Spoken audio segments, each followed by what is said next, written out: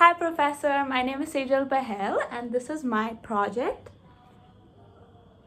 I'll let you take like a minute or so to take it in. All right. So my project is based on the reading The New Politics of Consumption by Juliet Score, wherein as we know, the author kind of gives us a critique of consumer culture and practices, and she kind of suggests that consumers should aim for quality of life over quantity of stuff, and she also enlightens us about the concepts of new consumerism and competitive consumerism, and she kind of empowers us as consumers to think about our consumer practices and to kind of attempt to change our consumer practices, and like make informed decisions about our consumer practices. And her main argument in the entire article is that income distribution is not the answer to rising income gaps, but changing consumption patterns is a possible solution to the same. All right, so in my project, the three terms that I chose from the reading are social context of consumption, reference groups, and quality of life versus quantity of stuff or goods. So as you can see in my project, so the way I use social context of consumption, which is the ways in which our sense of social standing and belonging comes from what we consume. So here our friend Chad, let's call him Chad, he has consumed all these products. Look at him, like he has Dior shoes, like he has a Gucci belt, he has it all. Like he has a Tommy Hilfiger shirt, and like he has all these products that he has just bought apparently, which is Saint Laurent, and he's done shopping in Tod's, Gucci, Chanel. He has done it all. Look at all these luxurious goods that he has produced. But what we don't see, and which I'm kind of gonna say here, is that he is he's a middle class worker, all right, and he's consuming all these products. So why is he consuming all these products? It's because of the social context of consumption, because he feels that he has a higher social standing and a higher sense of social belonging because he's consuming all these luxurious, expensive, products which the rich usually consume because they're super expensive. All right, so that's how I use social context of consumption. Now, reference groups. So as we can see, our friend Chad here, he's a middle class worker. His reference group is a person from the rich class, the ones who usually are like have a lot of money and are from like advantaged families and like earn so much and indulge themselves in spending and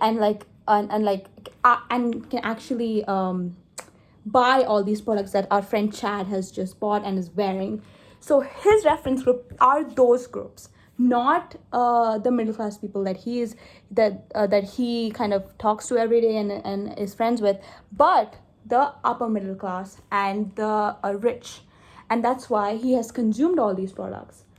And this kind of creates a difference between the income that he has and the products he consumes. There is like a gap. He cannot afford all these products, and that's when the credit card companies come in the picture, wherein they say, you know what, Chad, you cannot. So what if you cannot afford all these products? You cannot afford a Dior shoe. You can put it on credit, cha-ching, and that's how it is done. He listens, and people like him, in the middle class, they use credit card systems, and the middle and lower class use credit card systems and use their credit cards and put all this expense on the credit cards, and hence they had debt. And debt, as we know, is like a bomb. It's like ticking. It's sitting on the person, sitting on Chad. It's like, hey, you gotta pay this, because if you don't pay it on time, you have to pay more, and so forth and so on. So he is kind of tied to this credit system because he cannot pay for all of this at once because his income is less. But he's consumed all this because his reference group is that of the rich, and he feels a sense of belonging and higher social standing because he has all these products. All right. So what about quality of life versus quantity of goods? Well, as you can see, our friend here, he is a lower middle class person. His income is not that much. He, in order to pay the debt, he has to work overtime, do night shifts, live paycheck to paycheck, live on almost no savings or low savings. And hence, this doesn't leave him time or money to participate in any like life enhancing activity or like quality time with his family or any such activity that kind of de-stresses him or like our artist enhances his creativity or our artistic styles. So what I'm trying to say here is that he has no time and no money to participate in these activities, which leaves him stressed, leaves him like physically unwell. Like we can see, he is sweating. You know, he has a stubble because he's worked overtime. He has dark circle.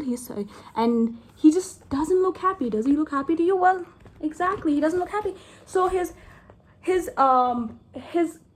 quality of life is is on a decline, but his quantity of stuff is on a rise. He feels like a superstar when he wears all these, but his quality of life is on a decline. Is it good for him in the long run? Or even right now, he doesn't look happy. Then what's the point of it, right? All right, so that's how I incorporated all these 3 words in my project.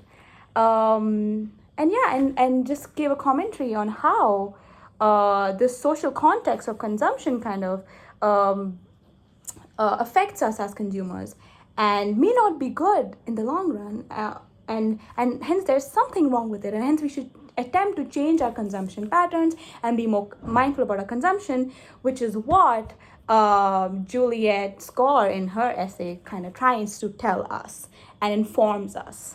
All right, thank you so much for watching.